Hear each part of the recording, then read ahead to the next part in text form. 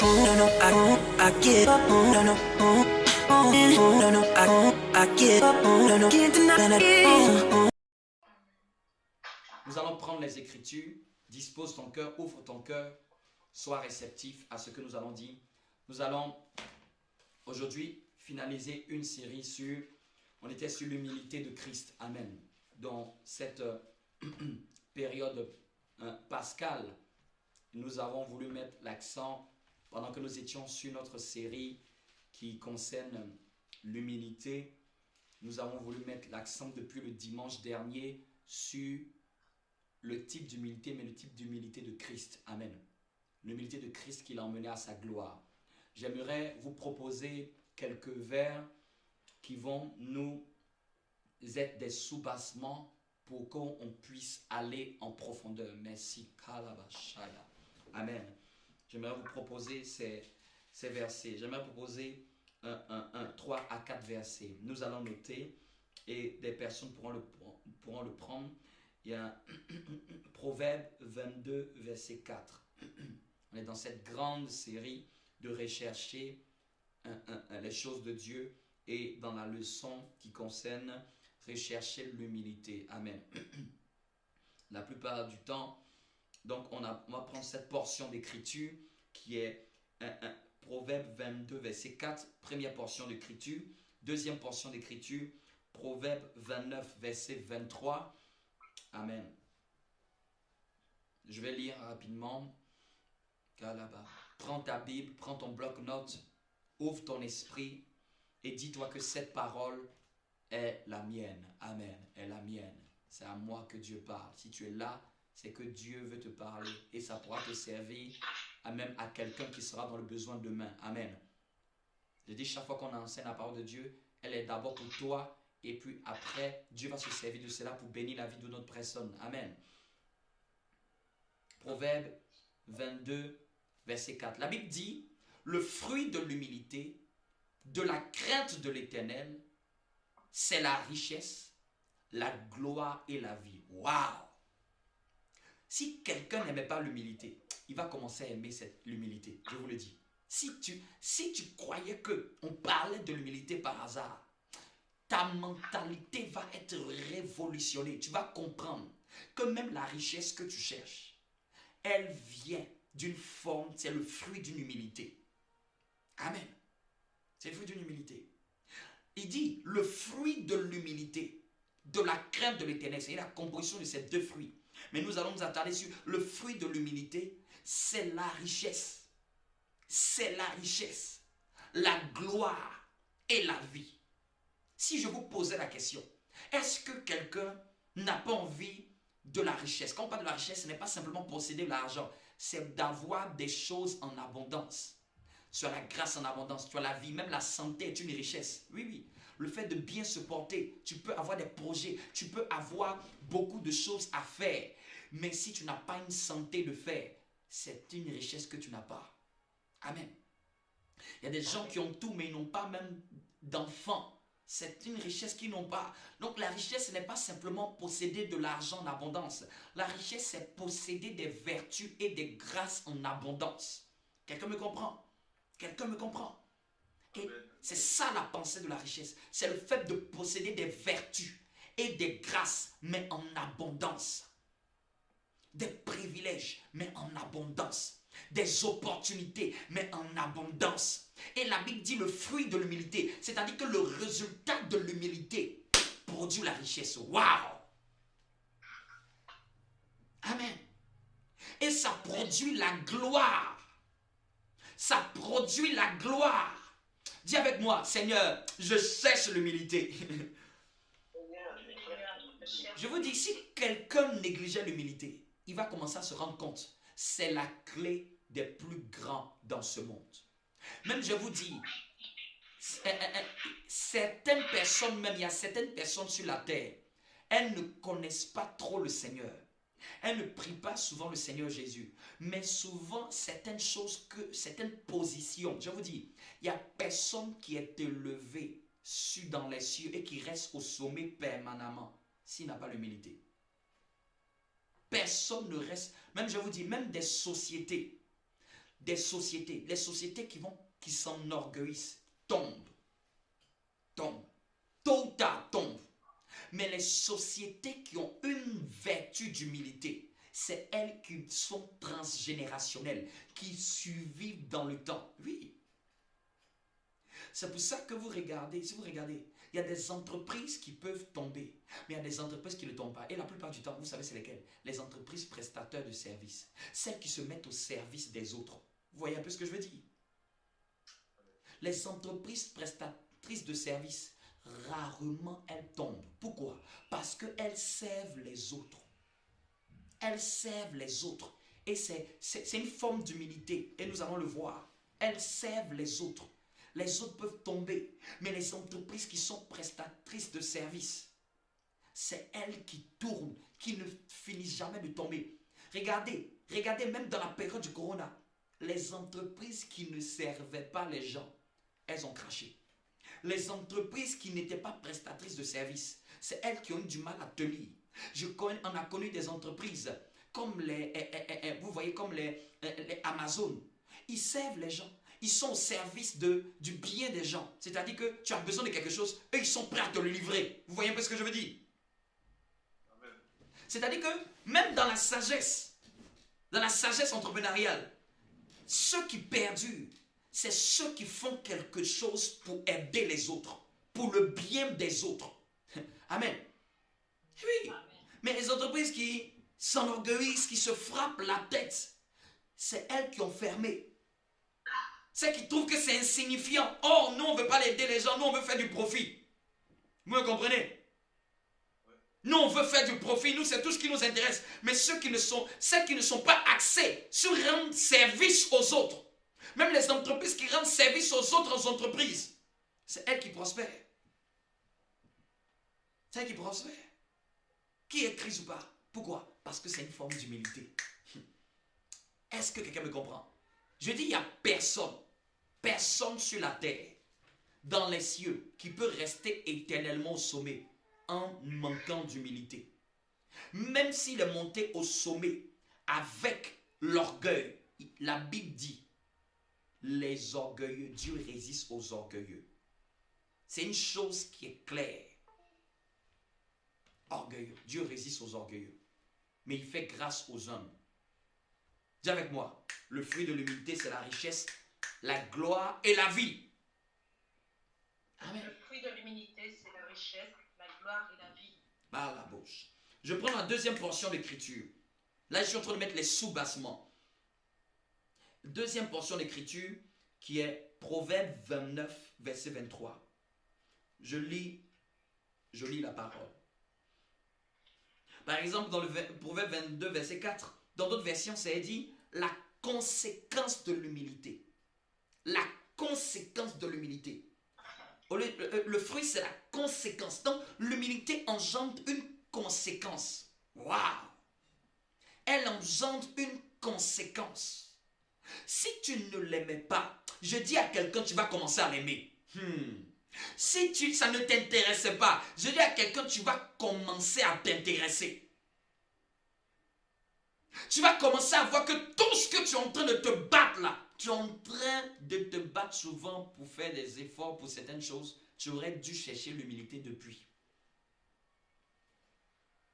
Il dit, l'orgueil d'un homme l'abaisse, mais celui qui est humble d'esprit obtient la gloire. Celui qui est humble d'esprit obtient la gloire. Aucune gloire ne vient sans humilité. Je vous le dis. Aucune gloire. Vous pouvez prier pendant 100 ans. Si vous n'avez pas cherché l'humilité, il y a des gloires que vous n'aurez pas. Il y a des gloires, ce n'est pas la prière qui le donne. Ce n'est pas ton championnat de prière, ce n'est pas tes heures. Bien que prier est très important, mais il y a des vertus qui donnent certaines positions, c'est ce que je veux dire. Il y a des vertus divines, il y a des vertus célestes, il y a des vertus surnaturelles qui donnent certaines positions de hauteur. Amen. Amen. Il y a des clés qui donnent de l'ascension. qui donne de l'ascension divine, qui ouvre les portes de gloire.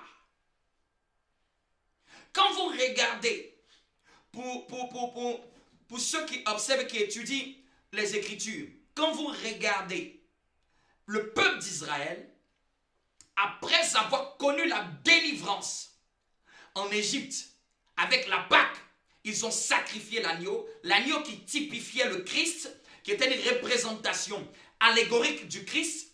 Ils ont échappé à la mort. La mort est passée par-dessus, parce que c'est ce que signifie Pâques. Pâques signifie passer par-dessus. La mort qui a frappé les Égyptiens, les premiers-nés des Égyptiens, n'est pas passée sur les enfants des familles israélites. Pourquoi? Parce que Dieu leur avait donné une méthode pour échapper à la mort. Ils ont traversé la mer Rouge par une puissance miraculeuse. Les Égyptiens ont été noyés dans les eaux de la mer Rouge. 2 grands miracles pour une délivrance d'un peuple. Écoutez-moi très bien. 2 grands miracles pour la délivrance d'un peuple. L'eau et le sang. L'agneau par le sang et les eaux du Jourdain qui typifient les eaux, comme les 2 substances qui sont sorties du côté de Jésus. Du côté de Jésus est sorti du sang et de l'eau. Du sang et de l'eau. Du sang pour échapper à la mort et de l'eau pour nous purifier. Amen. Comme ce que Jésus a accompli à la croix. Ce qu'il a accompli il y a plus de 2000 ans de cela. Mais remarquez, quand il fut sorti d'Égypte, leur plus gros problème, c'était le comportement. Dieu les emmenait dans une autre phase appelée le désert. Là-bas, ils ont fait plusieurs années. Mais quand vous lisez, vous étudiez, vous allez voir que le problème, ils étaient sortis d'Égypte, sortis du monde. Mais c'est des caractères qu'ils avaient développés dans le monde qui n'étaient pas tombés. C'est des comportements qu'ils avaient développés dans le monde qui n'étaient pas encore sortis d'eux. C'est des mentalités de l'Égypte qui n'étaient pas sortis d'eux. Ils étaient avec Dieu, mais souvent, lorsqu'il y avait une épreuve, ils étaient en train de dire, Seigneur, nous préférons retourner en Égypte. Ils avaient la mentalité, ils étaient sortis d'Égypte, mais la mentalité d'Égypte était encore en eux. Amen. Ils avaient la colonne de nuée le matin pour les conduire. Vous imaginez, ils avaient la colonne de feu pour les conduire. Ils avaient Moïse, le leader, le plus jeune pour les conduire. Mais ils ont été un peuple rebelle. Oui. Ils ont été un peuple au cou raide, un peuple dur de cœur. Et parmi toute cette génération qui est sortie d'Égypte, je vous le dis, c'est au moins 3 millions de personnes. Parmi toute cette génération, il n'y a eu que 2 personnes qui sont entrées. Je parle de la génération d'Égypte.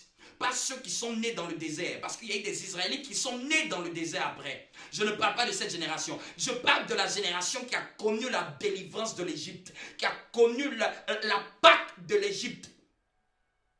Cette génération-là, il n'y a eu que 2 individus. À part les mineurs. Cette génération-là, parmi les adultes, il n'y a eu que 2 individus, Josué et Caleb. Mais quand vous regardez, par exemple, on prend l'attitude de Josué. La Bible dit que Josué était serviteur auprès de Moïse.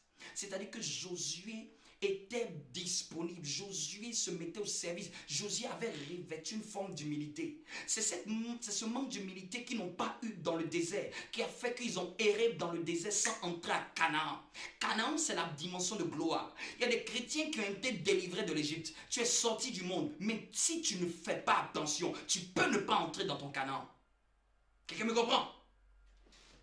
Dieu est avec toi, mais ton manque de laisser Dieu te transformer peut te priver d'un Canaan. Canaan, c'est la dimension de gloire. C'est la dimension du règne divin. C'est la dimension de la haute gloire, le niveau où Dieu veut emmener ses enfants. Mais regardez, pour les emmener de l'Égypte à Canaan, il y avait un entre-deux. Il y avait un lieu où Dieu devait les préparer pour voir s'ils étaient prêts à se laisser transformer.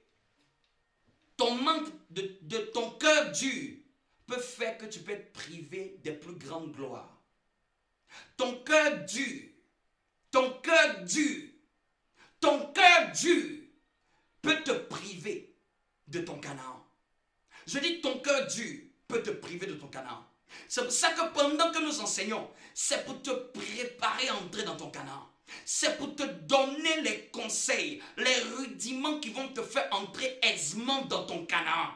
Ce n'est pas juste parce qu'on doit parler. Ce n'est pas juste parce qu'on n'a pas d'autre chose à dire. Je suis en train de te donner les véritables vertus qui te manquent pour entrer dans ton Canaan. Parce qu'ils ont erré. Ils ont vu Canaan de loin, mais ils n'y sont pas entrés. Quelqu'un me comprend?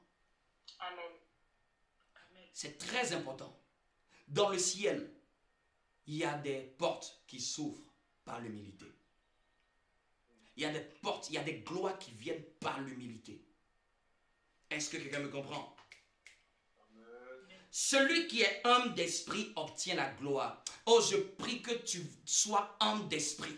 Que nous soyons tous hommes d'esprit pour obtenir la gloire. Pour obtenir la gloire. C'est ma prière pour toi ce matin.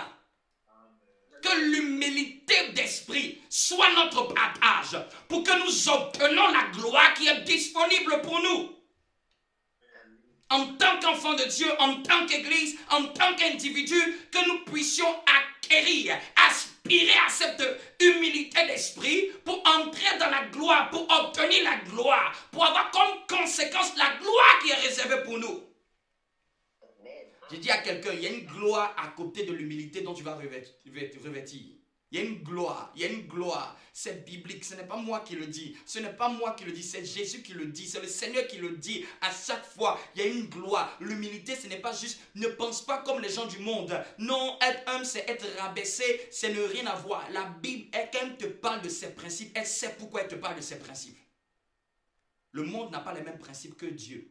Dieu est ton créateur. Il sait ce que tu dois faire pour obtenir certaines choses. Quelqu'un me comprend? Amen. Je vous donne encore une troisième portion d'écriture. Tout ça sur les avantages de l'humilité. Si quelqu'un voulait avoir les avantages de l'humilité, je te donne les avantages de l'humilité. Ça va te donner d'aimer l'humilité. Ça va te donner de rechercher l'humilité. En réalité, on doit chercher l'humilité parce que c'est l'humilité qui est la conséquence de la gloire. Donc quand tu dis Seigneur, je veux ta gloire, au fait tu es en train de dire Seigneur, rends-moi humble. Vous me comprenez?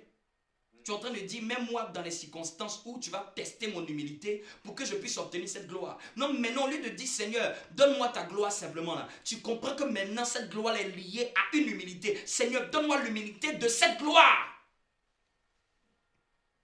Certains parmi vous, ce n'est pas parce que la gloire de Dieu ne veut pas venir à vous.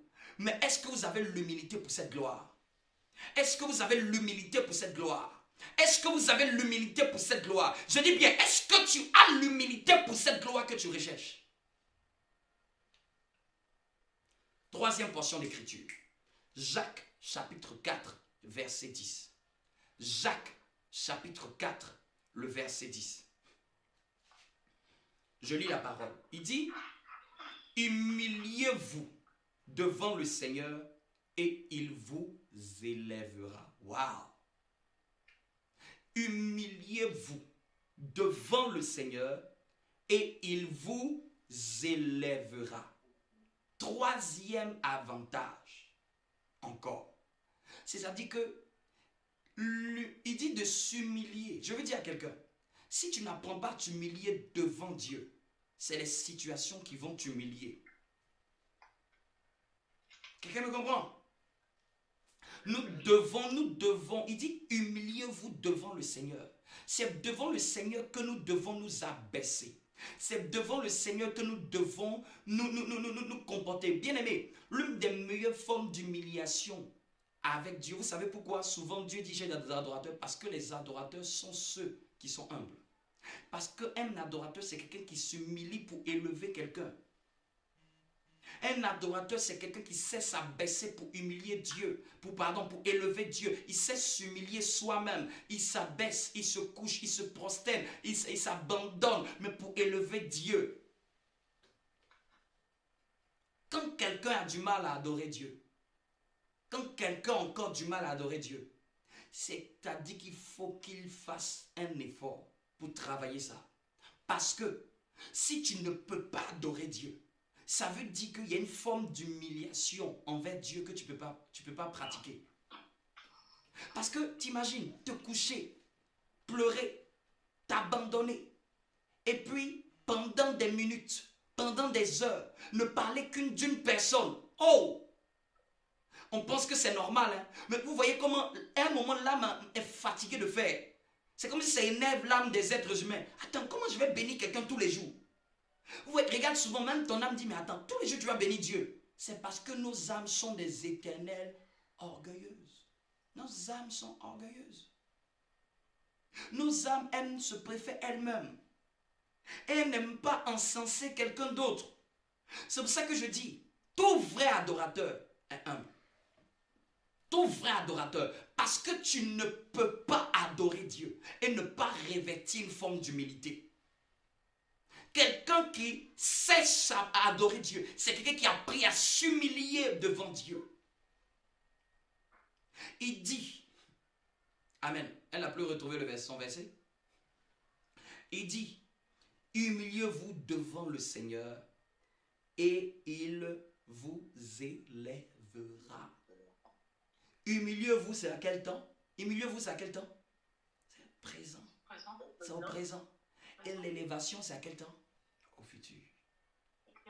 C'est-à-dire que l'élévation est la conséquence de s'humilier devant Dieu. Je n'ai pas dit d'aller t'humilier devant les hommes. Parce que beaucoup, parmi vous, pensez que s'humilier là, c'est s'humilier devant les hommes. Il dit humiliez-vous devant le Seigneur. C'est le Seigneur qui doit jauger ta véritable humilité.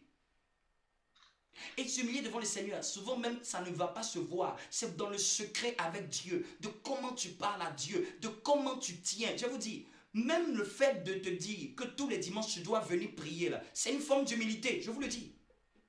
Oui, je vous le dis. Dimanche, tu vas demander à un Français dimanche de venir prier Dieu. Si tu n'es pas humble, tu ne peux pas le faire. C'est une forme d'humilité.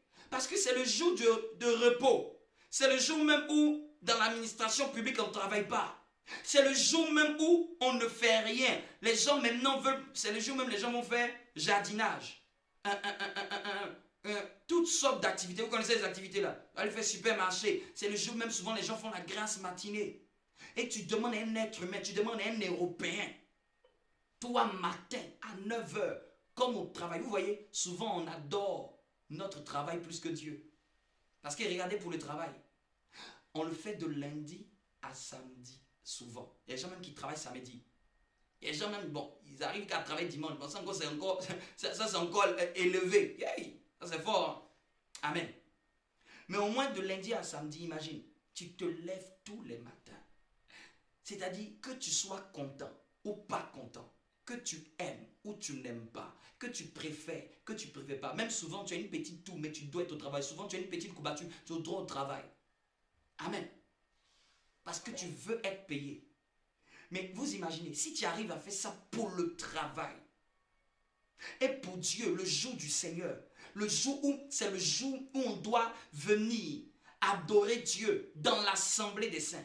Quand tu as du mal, ça veut dire qu'il y a une forme d'humilité devant le Seigneur que tu n'as pas. Je vous dis, tous ceux qui ont du mal à prier Dieu les dimanches, qui ont du mal à se déplacer, ils sont en train de dire par leur attitude qu'il leur manque une certaine humilité devant Dieu. Je vous dis, c'est spirituel, hein? Se déplacer pour venir ou même se connecter. Tu penses que c'est simple, mais ça révèle Dieu. Mais c'est que tu es un d'esprit. Tu es un d'esprit. Tu reconnais qu'au-dessus de toi, il y a un chef. Tu reconnais au-dessus de toi qu'il y a un seigneur. Tu reconnais au-dessus de toi qu'il y a un roi. Je vous le dis. Je vous félicite. Vous qui arrivez à vous déplacer, malgré les distances, pour aller prier le Seigneur. C'est une forme d'humilité d'esprit. Je vous félicite. Vous êtes sur le bon chemin. Vous êtes sur le bon chemin. Vous êtes en train de montrer que vous arrivez à vous humilier devant Dieu. Parce qu'on ne donne pas de facture après. On ne paye personne les dimanches. Même vous qui travaillez, qui vous investissez dans le travail dans l'église, est-ce qu'on en fait une fiche de salaire? On ne fait pas de fiche de salaire. Mais quand vous arrivez à faire ça, j'ai dit waouh, quelle humilité. Je vous félicite.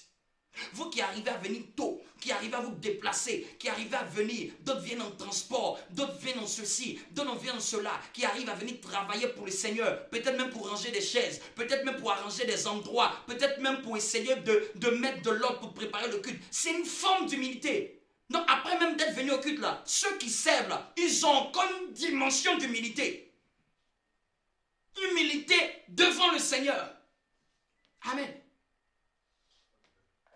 Non, toi qui es sur ce chemin-là, ne le néglige pas. Tu es sur la route de l'humilité. Quand tu arrives déjà à consacrer du temps pour les dimanches, à te mettre là, à t'asseoir, à m'écouter, à te mettre là, à prier avec frères et sœurs, tu es en train de dire que tu veux revêtir une forme d'humilité d'esprit.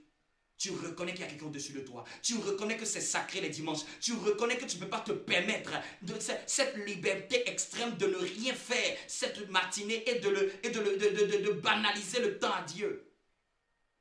Oui, c'est ça les premiers pas de l'humilité. Je vous ai dit, l'humilité, là, ce n'est pas le fait de se courber, de s'habiller comme un pauvre et puis de dire qu'on est humble. Quelqu'un peut être... Je vais vous dire, tu peux même être très altruiste. Mais si tu n'apprends pas à avoir l'humilité envers le Seigneur, cet altruisme ne sert à rien. La Bible dit, même si je donne tout ce que j'ai aux pauvres et que je n'ai pas l'amour, mais le premier amour c'est quoi? C'est l'amour de Dieu, l'amour agapé. Si je n'ai pas l'amour envers Dieu, si je néglige ma relation avec Dieu, il dit tout cela ne sert de rien. Tu peux même manifester les dons, mais si tu n'as pas l'amour de Dieu, cette crainte de Dieu, cette crainte de Dieu, cette révérence vis-à-vis de Dieu, c'est ça s'humilier devant Dieu. Cette révérence, l'humilité là, ça commence à s'humilier d'abord devant le Seigneur. Tu considères les choses de Dieu, tu valorises les choses de Dieu, tu donnes considération au sacré. Même t'asseoir chez toi, pendant que personne ne te voit, la nuit, te prosterner. Waouh, tu es fort. Waouh, tu ne vois personne. Personne ne met un fusil sur ta tête. Et tu le fais ça tous les jours. Tu essaies d'être régulier dedans. Même le fait même de t'asseoir, de prendre la Bible, de chercher à lire, c'est s'humilier devant le Seigneur. C'est reconnaître que tous les livres du monde là n'ont pas la solution, mais c'est le livre de Dieu qui est la solution. Quelqu'un me comprend? Là, je suis en train d'expliquer s'humilier devant le Seigneur. Quand tu as tous les autres livres du monde qui sont beaux, qui racontent des histoires, comme des livres qui sont même des best-sellers mondiaux, qui racontent des fables, des ceci, de cela, et que tu arrives à t'asseoir 15 minutes, 20 minutes à lire la Bible, à dire Seigneur, qu'est-ce que tu as à me dire aujourd'hui? C'est s'humilier devant le Seigneur. C'est reconnaître que tu n'as pas l'instruction pour ta vie. C'est reconnaître que tu n'as pas le procédé, tu n'as pas la méthode, tu n'as pas la stratégie, tu n'as pas la sagesse. C'est reconnaître que c'est Dieu qui peut te donner la sagesse. C'est reconnaître que c'est lui qui peut te donner l'inspiration. C'est lui qui peut te donner son mode de pensée. C'est lui qui a les paroles de la vie. Oui. Tu es là, tu te prosternes, tu es en train d'adorer Dieu, tu es en train de chanter Dieu, personne ne te voit dans ta chambre, dans ton salon. C'est s'humilier devant le Seigneur. Venir à ces cultes, participer à ces cultes, le dimanche, le jour du Seigneur, le jour même où on appelait ça un jour du Seigneur. Où le monde dit c'est le jour là où vous devez offrir, les chrétiens, offrez votre culte à Dieu. Vous savez que même, je vous dis, même la société n'est pas bête. La société nous donne dimanche pour adorer Dieu.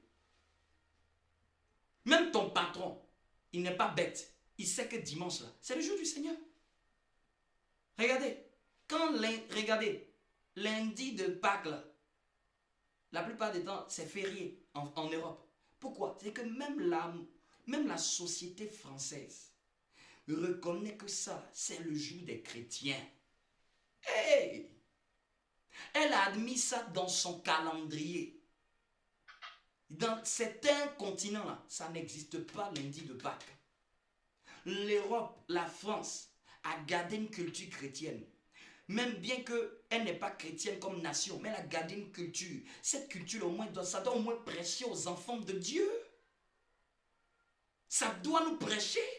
Ça doit nous donner, nous dire que le pays nous laisse l'opportunité. Vous n'avez jamais été dans un pays où c'est samedi, c'est vendredi, samedi, qui a le week-end. Moi, j'ai déjà été dans un pays où le week-end, c'est vendredi, samedi, dimanche, on partait à l'université.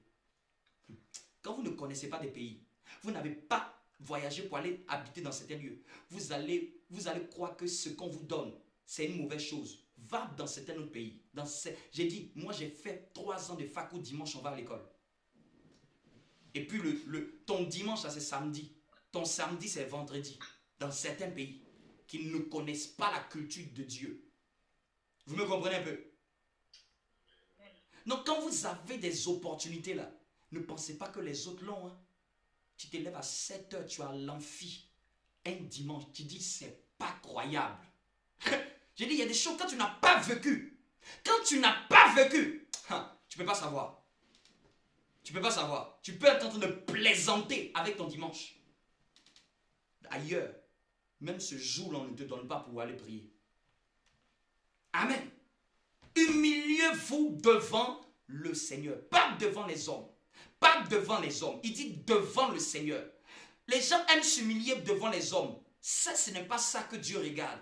Si vous n'apprenez pas à vous humilier devant le Seigneur, votre humilité est fausse.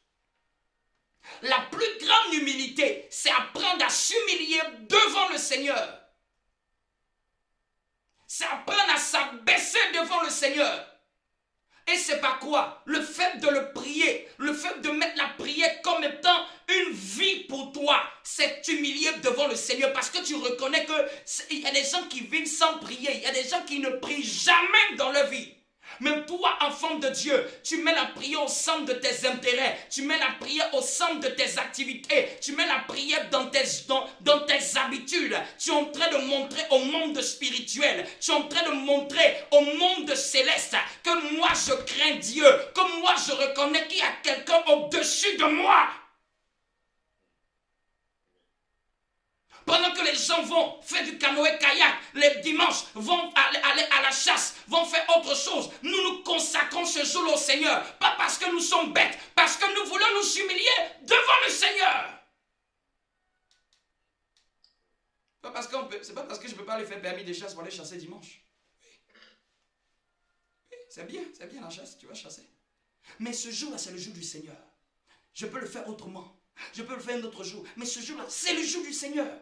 Je vous dis, quand vous laissez le jour du Seigneur commencer à être bouffé par autre chose, vous êtes en train de rater tout dans votre foi. Je vous le dis, ne laissez jamais rien. Vous voulez être chrétien sérieux, ne laissez jamais rien venir bouffer votre temps les dimanches avec Dieu. Votre temps de culte. S'il y a un agenda, ça ne doit pas s'immiscer dedans. Jamais. C'est comme si moi je dis non, je vous dis, vous voulez qu'un jour je dise que non, j'ai une réunion familiale, je ne serai pas là dimanche. Jamais, ça va être après. Jamais.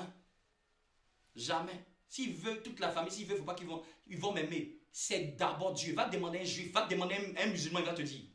C'est nous qui plaisantons avec notre Dieu. C'est nous qui plaisantons. Il y a, quel que soit alpha, je suis calé. C'est mon culte à Dieu. Ce n'est non négociable. Quand vous commencez à négocier avec Satan sur vos heures de culte, vous négociez avec Satan. Vous êtes en train de ne pas être préparé pour les choses grandes. Ne négligez pas. Validez ce niveau-là. Dites-vous que c'est impossible. Ce n'est plus possible. C'est qu'il faut que ça soit un cas extraordinaire qui fait que votre culte, vous l'avez raté. Eh bien, vous devez refuser ça. Amen. Même ne pas se sentir bien. Il y avait un dimanche, j'ai prêché, je ne me sentais pas très bien, un peu grippé, courbaturé de partout. J'ai prêché, personne n'a su que j'étais courbaturé. Personne. Personne. Je pouvais faire fièvreux toute la nuit du samedi. Amen. Mais pour quand c'était pour la chose de Dieu là, j'ai cru que Dieu allait me donner la force. C'est que personne n'a su que je n'allais pas bien. Vous voyez? Mais quand si c'est toi, tu vas dire, je ne vais pas bien ce jour-là, c'est bon, mon dimanche est mort. À cause d'un peu, tu veux laisser Satan te voler ta grâce. Quelqu'un me comprend? Donc, l'humilité devant le Seigneur, c'est ça l'humilité devant le Seigneur. Non, pourquoi tu lis ce livre? Pourquoi tout le temps tu as beaucoup dans la Bible? C'est l'humilité devant le Seigneur. Tu reconnais que c'est lui qui a les paroles de la vie. Pierre dit, à qui irions-nous? C'était une forme d'humilité. À qui irions-nous? Tu as les paroles de la vie. Je ne vais personne, c'est lui qui a les paroles de la vie. Allons-y maintenant dans notre texte de base. Après vous avoir donné quelques sous-bassements pour vous montrer l'importance et les conséquences de l'humilité. Les conséquences de l'humilité. Et dimanche dernier, on avait dit, il y avait encore même un autre verset, l'humilité précède la gloire. C'est ce qui doit être avant la gloire. C'est ce qui doit venir. C'est ce qui doit être. Oh, que Dieu nous donne de rechercher l'humilité. Que Dieu te donne d'aspirer à l'humilité. J'aimerais dire à quelqu'un, ce n'est pas par ta force, c'est par l'Esprit du Seigneur. Tu dois demander à l'Esprit du Seigneur de te donner cette vertu. Quelqu'un va dire non, c'est trop pour moi, c'est trop, tout c'est difficile. C'est quand tu crois que c'est par ta force. Ce n'est pas par ta force, ce n'est pas par tes efforts, ce n'est pas par une méthode technique, non. Ce n'est pas par une concentration. Ah, je vais me concentrer pour avoir l'humilité. Tu dois devenir vers Dieu. Seigneur, ce cœur est orgueilleux, rends-le humble. Et l'Esprit du Seigneur va répandre cette grâce d'humilité. Tu dois juste te laisser modeler par le Saint-Esprit. Amen. Je parle à quelqu'un. Tu dois accepter la parole que le Saint-Esprit met. Tu dois accepter. Parce que jusqu'à présent, tu résistes à la parole de l'humilité. Jusqu'à présent, tu fermes ton cœur à cette parole qui veut t'emmener à te modeler. Tu sens que même pendant que souvent je parle, il y a comme si indépendamment de toi, il y a quelque chose qui est énervé, irrité à l'intérieur de toi. Ce n'est pas toi, mais c'est l'ennemi qui ne veut pas adoucir cette facette de toi, qui ne veut pas que tu puisses accepter cette transformation. Mais aujourd'hui, pendant que je parle, il dit que si tu entends ma voix, n'endurcis pas ton cœur. Si tu entends ma voix, n'endurcis pas ton cœur. C'est le temps que Dieu te donne. C'est l'opportunité que Dieu te donne. C'est le temps que Dieu met à disposition de toi pour que tu puisses passer à la gloire qui veut t'emmener. Ah la vache. Bébé. Dans mon esprit, Dieu me dit, quelqu'un s'est dit, si je suis humble, on va marcher sur moi. On va marcher sur moi. Cette pensée est venue dans l'esprit de quelqu'un. Depuis que nous enseignons cette série. On va marcher sur moi. On va, et Seigneur, qu'est-ce que tu feras? Ça sera humiliant. L'Esprit de Dieu me dit de te dire, si tu fais l'humilité selon Dieu, c'est selon le monde, ça semble qu'on marche sur toi. Et il me ramène l'humilité de la terre. Regarde l'humilité de la terre. On marche sur la terre. Mais c'est la terre qui détient tout. Amen. Les hommes qui se sont frappés la poitrine, c'est la terre qui les a enterrés. Vous me comprenez? Tous les êtres humains de gloire, les pharaons, la terre a dit reviens. Reviens. Tu te frappes la poitrine. Les Confucius, les Mao Tse-tung, les Churchill, tous les plus grands de ce monde, la terre a dit reviens. C'est la terre qui porte la plus grande gloire. Regarde les plus belles fleurs. Ça se trouve où ça? Ça se trouve sur la terre. Regarde les plus beaux arbres. Ça se trouve sur la terre. C'est ce que Dieu me dit de te dire. C'est pas parce que tu crois qu'on marche sur toi que Dieu ne va pas t'élever. Ça va sembler au début comme si on marche sur toi. Ça va sembler au début comme si, genre, toi, tu es naze. Comme si toi, tu es le plus faible. Ça semble une faiblesse. Mais l'Esprit de Dieu me dit de te dire, ce qui est une faiblesse pour le monde est une force pour Dieu. Est une force pour Dieu. Ce qui semble une faiblesse pour les hommes, une faiblesse dans l'entreprise, une faiblesse dans le monde, c'est une force et une vertu divine. On ne peut pas détruire quelqu'un qui est humble. Je vous le dis, on ne peut pas le détruire. On peut lui vouloir du mal, mais on ne peut pas le détruire. On ne peut pas l'éradiquer parce qu'il y a la main de Dieu sur cette personne. Il y a la main de Dieu. Il y a des choses que tu peux faire à tout le monde, mais tu ne peux pas faire à quelqu'un qui est humble. Tu ne peux pas. Tu ne peux pas. Tu vas essayer, ça ne marchera pas. Philippiens chapitre 2. Et nous allons voir l'humilité de notre Seigneur Jésus. Ce qu'on a introduit dimanche dernier. J'aimerais dire à quelqu'un, tu as 2 pas de ce que tu veux obtenir. Il te faut juste l'humilité. L'humilité d'apprendre. Oui, l'humilité d'apprendre. L'humilité d'apprendre. Certains parmi vous n'aimez pas apprendre. Vous n'aimez pas venir vers ceux qui détiennent quelque chose. Votre problème, l'Esprit de Dieu sur le plan prophétique. Oh, aujourd'hui, je sens l'Esprit prophétique. L'Esprit de Dieu me dit et de vous dire que ton problème, c'est parce que tu n'as pas l'humilité d'apprendre. L'humilité de t'abaisser et de venir auprès de cette personne. Tu crois qu'au fait, cette personne, même si tu vois que cette personne a l'air prétentieuse, même si tu vois que, parce que certains parmi vous, vous aimez regarder le caractère des autres pour déterminer votre caractère. Certains parmi vous aimez dire, Seigneur, tu vois celui-là, il a ça, mais il se prend. Ton problème, c'est parce que tu veux regarder son caractère. Si Dieu t'a dit d'aller apprendre auprès de lui, apprends auprès de lui. Quelqu'un me comprend? Quelqu'un, si tu sais que c'est ce dont tu as besoin, abaisse-toi. Parce que souvent, son orgueil est là pour travailler ton humilité. J'ai dit souvent, l'orgueil de certains est là pas pour eux, est là pour toi briser et travailler ton humilité. Oui, je vous le dis. Ce que tu peux voir, lui là, il est imbu de sa personne. Hein, et puis tu vois que c'est lui qui est élevé. Tu vois que c'est lui qui est au-dessus. Tu vois que c'est lui qui a les commandes. C'est lui qui a le pouvoir de décision. Et puis bizarrement, c'est toi qui détectes l'orgueil. Au fait, son orgueil est là pour te prêcher. Parce que les chrétiens souvent me disent, Seigneur, comment lui il est élevé et puis il est orgueilleux comme ça? Comment il peut avoir des privilèges? Et puis l'orgueil comme ça, Dieu est en train de te dire, c'est toi que je veux t'apprendre l'humilité. Parce que si tu arrives à détecter son orgueil, et puis bizarrement, c'est toi qui dois travailler sur lui. C'est toi qui dois apprendre à le respecter. Et puis bizarrement, tu commences à le mépriser. Parce que tu détectes de l'orgueil chez lui, toi tu commences à le mépriser. Toi aussi tu es rentré dans l'orgueil.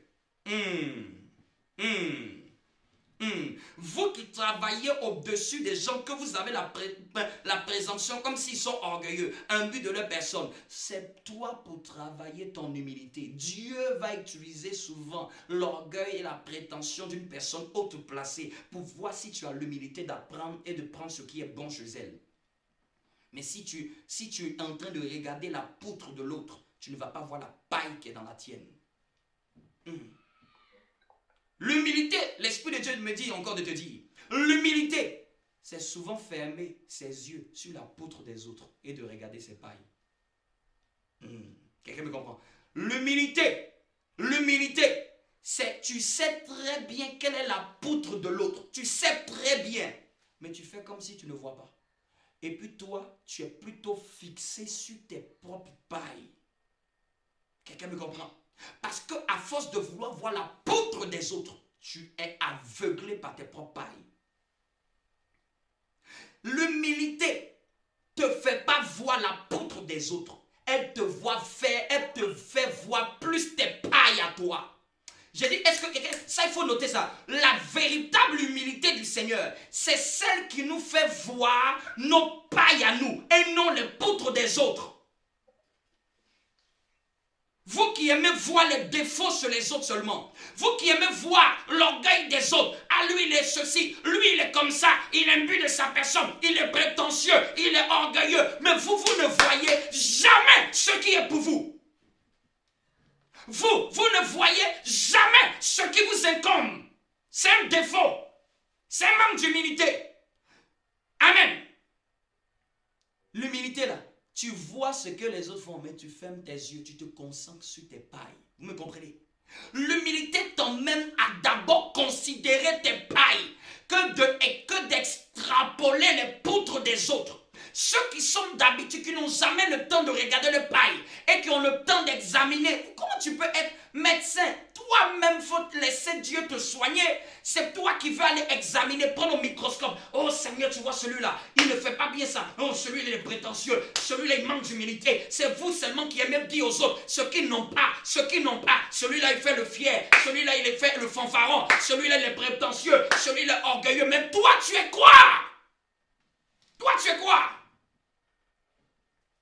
Toi, est-ce que tu peux dire ce que tu es toi-même? Si on te disait qu'est-ce que tu as à l'intérieur? Quelle est cette humilité qui fait que tu vois que les failles dans les autres? Et et tu ne vois pas les tiennes. La l'onction du Seigneur sur moi, parce que quand je parle comme ça, ce n'est pas quelque chose que j'ai prévu, mais c'est poussé par l'esprit que les gens ont parlé de la part de Dieu. Dans l'église en général, les gens aiment voir ce qui est comme une poutre chez les autres. Les chrétiens aiment indexer, les chrétiens aiment trop cibler, les chrétiens ont l'art. Ils ont beaucoup l'art de voir ce qui ne va pas chez les autres, de voir le problème des autres, de voir les difficultés des autres, de voir leurs défauts. Comment tu peux voir facilement les défauts des autres et puis toi, tes défauts, tu n'arrives pas à les voir? Est-ce que tu sais ce que tu dois travailler cette année? Est-ce que tu sais les défauts qui t'empêchent de passer à une autre dimension cette année? Arrête de passer en train de lister les erreurs des autres. Toi, tu es comme ceci. Toi, là, je remarque que tu es comme cela. Vous avez même le don de discerner les problèmes des autres. Après, en discerner tes propres pailles. Quel est ce discernement qui fait que tu ne vois pas les tiennes? Non, moi, je connais mes faiblesses. Quand tu connais tes faiblesses, tu fermes ta bouche et tu travailles dessus. Amen. Quand tu connais tes erreurs, tes faiblesses, tu fermes ta bouche sur les autres et tu travailles sur les tiennes jusqu'à devenir meilleur.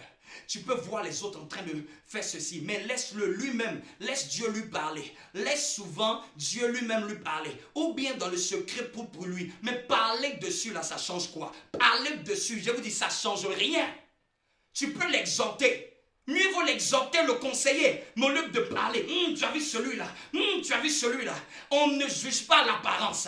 Je vous dis, tout discernement regardant l'apparence de quelqu'un est un faux discernement. On ne discerne pas quelqu'un par son apparence.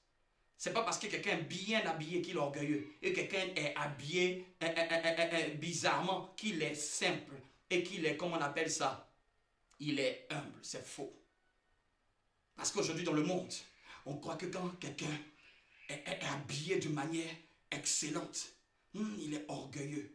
Ça, c'est la pauvreté qui te fait dire ça. Parce que tu es pauvre que tu crois qu'il est orgueilleux.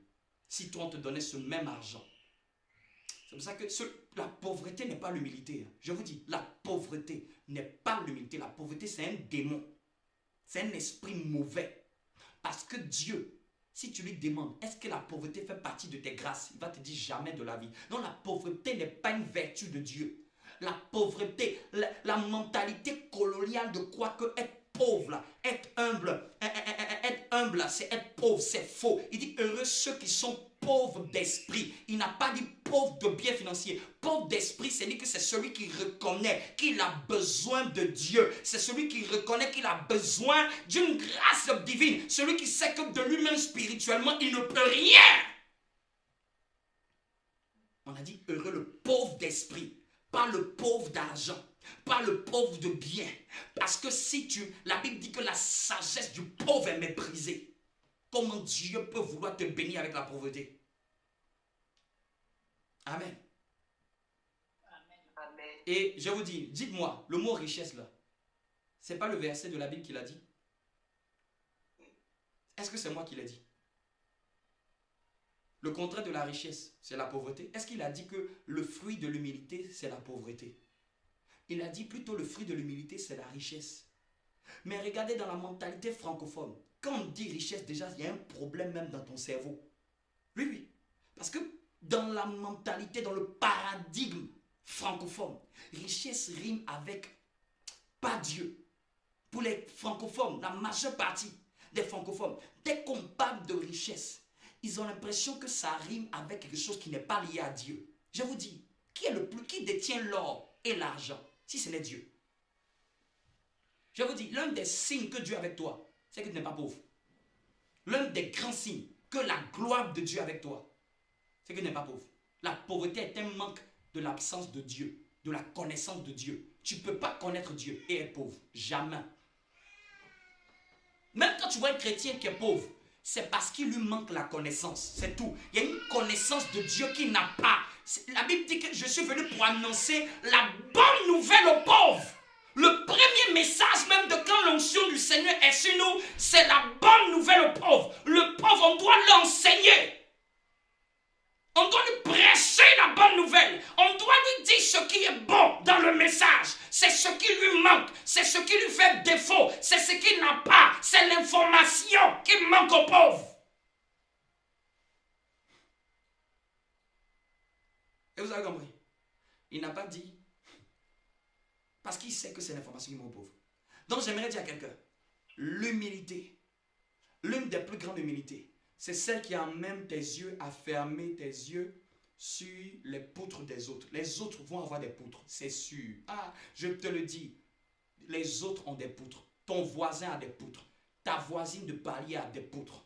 Elle a des défauts. Elle en a même beaucoup. Même à ton travail, ta collègue de travail a des poutres. Faut être rassuré de ça. Ils ont tous des poutres. Même quand tu vas venir à l'église, l'église, ce n'est pas un monde de bon bisounours. Même ton voisin chrétien là, a des poutres. Lui aussi, il est venu se faire soigner. Il ne faut pas croire qu'il est venu là par hasard. L'église, c'est aussi comme un hôpital. On doit traiter tout le monde. Donc, tu te trouves à l'hôpital et puis tu te plains qu'il y a quelqu'un qui est malade. Vous qui aimez, j'aimerais dire à quelqu'un, vous qui croyez que dans les églises, vous allez trouver tout parfait, vous rêvez. Dans les églises, peut-être ton voisin, c'est celui-même qui a le pire poutre. Il est venu aussi se faire soigner. Tu veux qu'il reste chez lui à la maison? Les malades, on ne les laisse pas à la maison, on les emmène à l'hôpital. L'église est le centre où Dieu doit guérir nos âmes. Venir soigner nos cœurs, nous transformer. Non, tous ceux qui sont là sont en attente d'être transformés par la parole de Dieu qui est prêchée. Et certains, c'est même après 3 ans qu'ils changent. Certains, c'est souvent même instantanément ils changent. Mais chacun en fonction de la disposition de son cœur. Non, il faut accepter que les autres aient des poutres. Mais le plus important, c'est de toi-même. Il faut chercher à travailler sur tes pailles pour exceller. Toi-même sur tes pailles pour exceller. Pour que quand quelqu'un va te voir, il va dire j'ai envie de te ressembler. J'ai envie d'être comme toi. J'ai envie d'avoir ton humilité. C'est ça le bon témoignage. Parlez. J'ai vu telle personne. Ah, elle est impure de sa personne. J'ai vu telle personne. Ne m'a pas salué. Si on ne t'a pas salué, ça te fait quoi? Ça te fait quoi? Ça te dérange? Les jours où tu ne salues pas Dieu, est-ce qu'il s'énerve contre toi? Tu es sûr que tous les jours que tu es né, tu as salué Dieu? Je vous pose la question. Vous qui vous énervez parce qu'on ne vous a pas salué, je vous pose la question. Dieu t'a-t-il demandé rigueur parce qu'un jour tu ne lui as pas dit bonjour Seigneur? Et n'y a-t-il pas des jours où tu n'as pas prié? Est-ce que Dieu a fait de ça une affaire? Est-ce que Dieu a fait de ça un problème? Non, on ne m'a pas salué. Qu'est-ce qu'il y a chez toi et que tu ne peux pas avoir l'humilité de supporter? Qu'est-ce qu'il y a chez toi et que tu n'as pas l'humilité de supporter?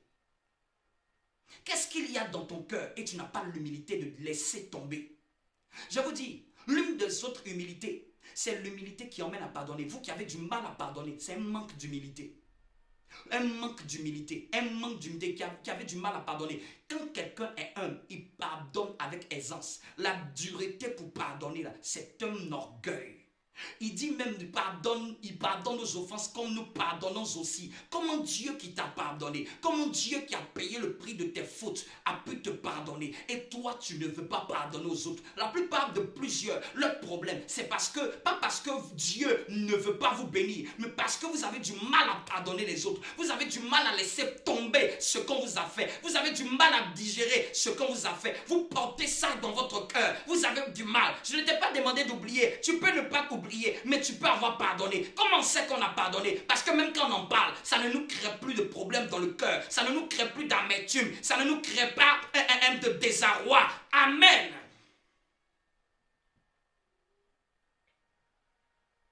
C'est la plus grande vertu. L'humilité emmène à pardonner avec aisance.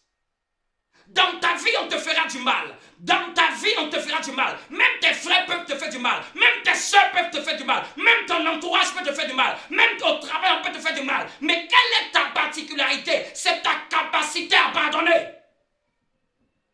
Ta capacité à pardonner. Vous qui croyez que... Et la plupart du temps, quand vous pardonnez, on pardonne facilement à quelqu'un qu'on ne connaît pas. La plupart du temps, là où le pardon devient dur, c'est quand tu connais la personne. C'est quand il y a un lien fort qui vous lie avec la personne. La plupart du temps, les gens pardonnent facilement quand ils ne connaissent pas la personne. Quand la personne ne représente pas quelque chose pour vous. Je vous dis, Dieu ne va pas vous tester sur les gens que vous n'avez pas de lien avec eux. Dieu ne va pas vous tester sur le pardon au niveau des gens que vous n'avez pas trop d'affinité. C'est les gens avec qui vous avez de l'affinité. C'est les gens avec qui vous avez tissé des liens. C'est les gens avec qui vous avez commencé à tisser de l'amitié. C'est ces gens-là avec qui vous avez un lien de sang. C'est à travers d'eux que Dieu va voir si vous savez pardonner. Dans la Bible, c'est Joseph, ses frères, qui lui ont fait du mal. Ce n'est pas les Égyptiens. Il dit, vous avez voulu me faire du mal. Mais à la fin, l'humilité de Joseph, Dieu l'a changé en bien. Si c'était toi, tu es sûr, tu aurais retrouvé tes frères. J'ai dit, on vous a pas encore jeté dans un puits. On t'a pas encore fait certaines choses. C'est parce que tu crois que tu peux pardonner. Quand on te jette dans un puits et qu'on t'abandonne, quand on te vende, on va voir ton attitude après 10 ans envers ceux qui l'ont fait. Imagine un peu, on te vend, nous tous on te prend et puis on te jette dans un puits. On te vend dans un autre pays. Et puis tu nous croises dans 10 ans. Quel sera ton regard? Tu vas nous maudire. Tu vas nous maudire. Tu vas nous prendre pour tes sorciers. Beaucoup de chrétiens ont pris d'autres chrétiens comme des sorciers. C'est faux. Ils sont souvent là pour t'émonder, pour te tailler. Te tailler. Dieu va utiliser tes plus proches pour travailler ton humilité. Amen. L'humilité aussi emmène à pardonner. Jésus a pardonné nos fautes. Regarde. Faisons l'inventaire même de nos fautes. Jésus a pardonné tout ça. Tous les 7 milliards, le nombre d'habitants, Jésus a pardonné nos fautes. Nous sommes qui pour retenir les fautes des gens? On est qui, nous? Qui sommes-nous? Je suis quoi pour retenir dans mon cœur la faute de quelqu'un? Du mal on nous fera. Du mal on te fera. Du mal on te fera. Prépare ton esprit. Et du mal on te fera. Mais c'est ta capacité à pardonner qui va te rendre de la grandeur. Qui va te donner la grandeur. L'humilité qui emmène à pardonner avec aisance. Une autre forme d'humilité. J'ai parlé de l'humilité qui nous amène à prendre. L'humilité qui nous apprend à prendre auprès des autres. L'humilité qui nous emmène, comment dirais-je, à voir nos pailles plus que les poutres des autres. Et encore une troisième, l'humilité qui nous emmène à pardonner facilement. Est-ce que je pousse encore? Si je pousse, dis-moi un bon amen. Si je pousse, dis-moi un bon amen. Est-ce que ça te fait du bien? Est-ce que ça te parle? Ou ça parlera à quelqu'un de ton entourage? Ça parlera à quelqu'un. Tu vas dire, mon frère, c'est pas Dieu qui te manque, c'est l'humilité qui te manque. C'est ton cœur. C'est ton cœur. Tu pourras utiliser cette parole pour exhorter quelqu'un demain. Oui. Parce qu'il va te raconter toute sa vie, tous ses trucs. Tu vas discerner une seule chose.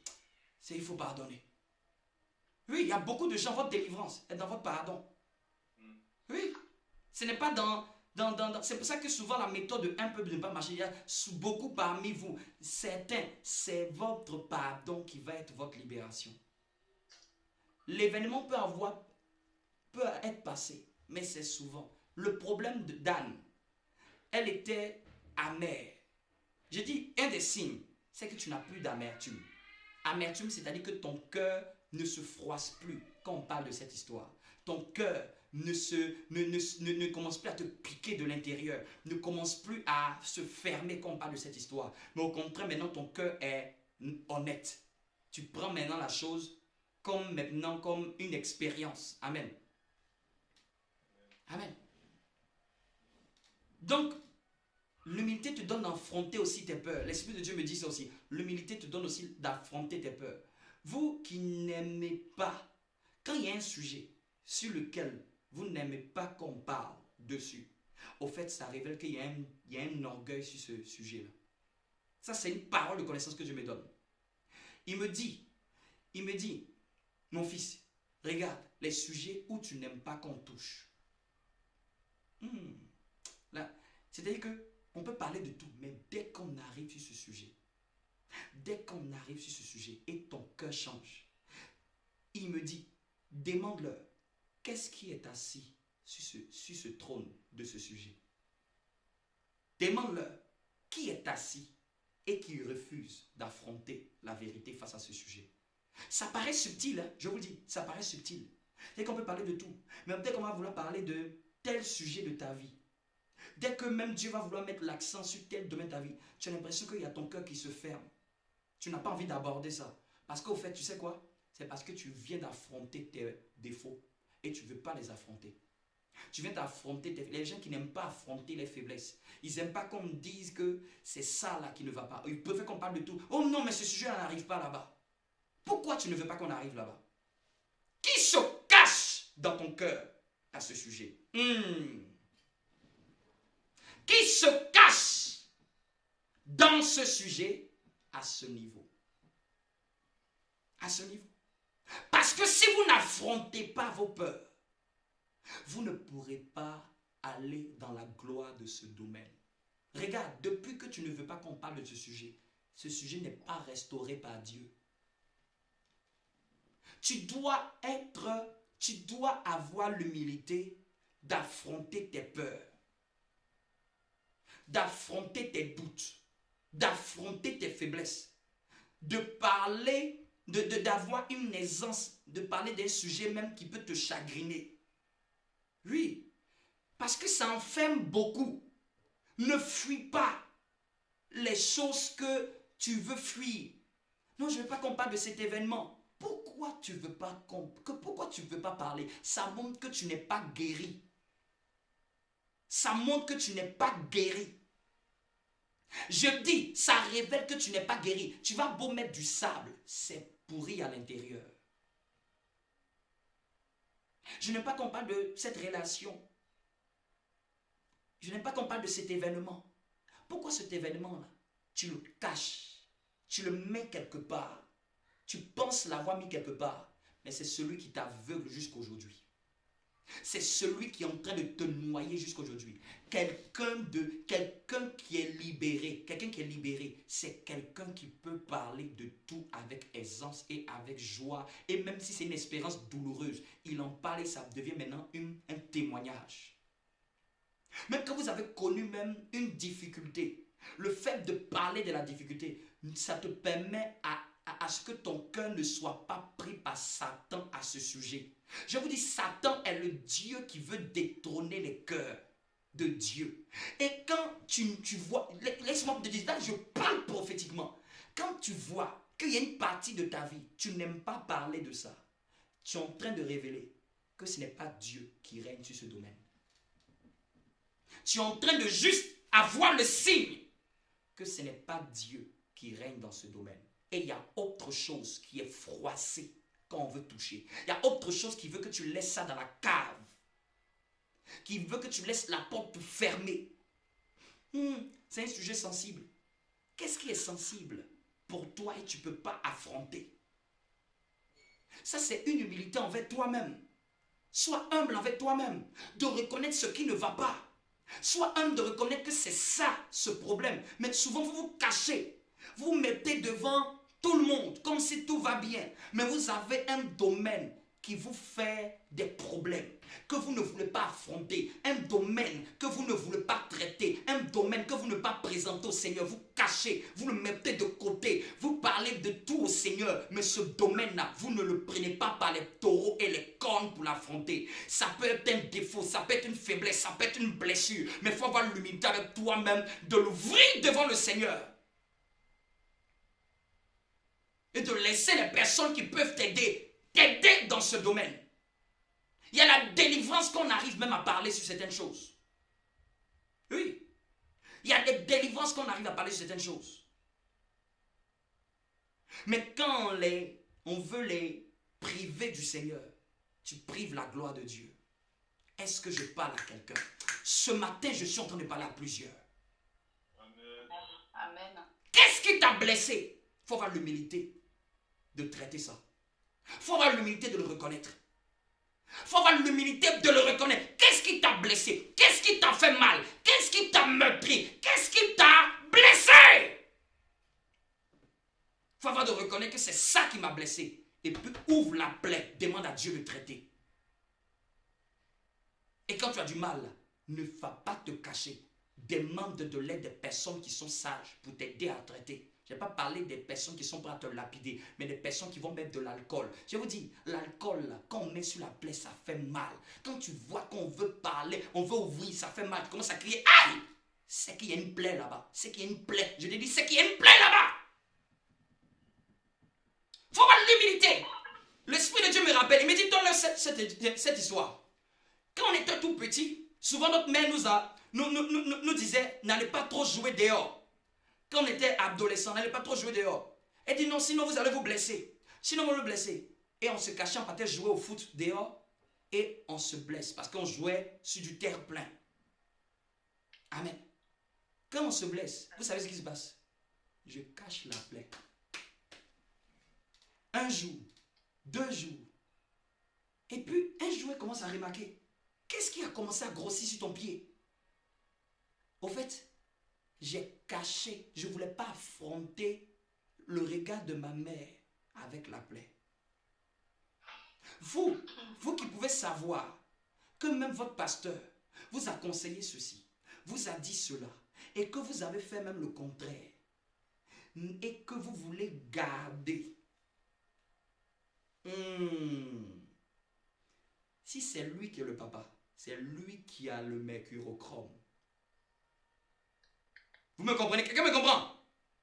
C'est lui dans son armoire. Il t'avait prévenu. Il va peut-être te gronder. Il va peut-être te dire, c'est là qu'elle me dit, mais qui t'a dit d'aller jouer? Et puis après, elle va le prendre. Après, pendant qu'elle est fâchée, elle va prendre le mercurochrome. Elle va nettoyer. Ça me fait mal. Maman, maman, je me rappelle, elle prend l'eau chaude. Maman, tu vas me tuer. Elle met l'alcool. Et puis après, je suis content. Après 3 jours, la plaie est guérie. Mais quand j'étais en train de garder là, c'était en train de pourrir. C'était en train de s'infecter. Ça s'infecte. Il y a certaines choses, vous gardez, mais vous n'avez pas l'humilité de laisser votre plaie être découverte. Vous voulez la cacher, vous mettez du sparadrap dessus. Je sais pourquoi l'Esprit de Dieu me fait attarder dessus. Vous mettez du sparadrap dessus, comme si vous allez vous-même guérir. Je partais souvent acheter des paracétamol. On ouvrait les 2 pailles là, et puis la poudre, on mettait ça sur la plaie. Parce que moi-même, je veux m'auto-guérir. Mais je faisais ça parce que je n'avais pas toutes les méthodes de désinfectation de plaie. Amen. Vous me comprenez? Je n'avais pas toutes les méthodes. Et puis ça ne traitait pas quand même. Donc souvent, tu vas essayer tes propres méthodes. Tu vois que ça est en train de s'empirer. Va te faire aider. Va te faire aider. L'humilité de te faire aider.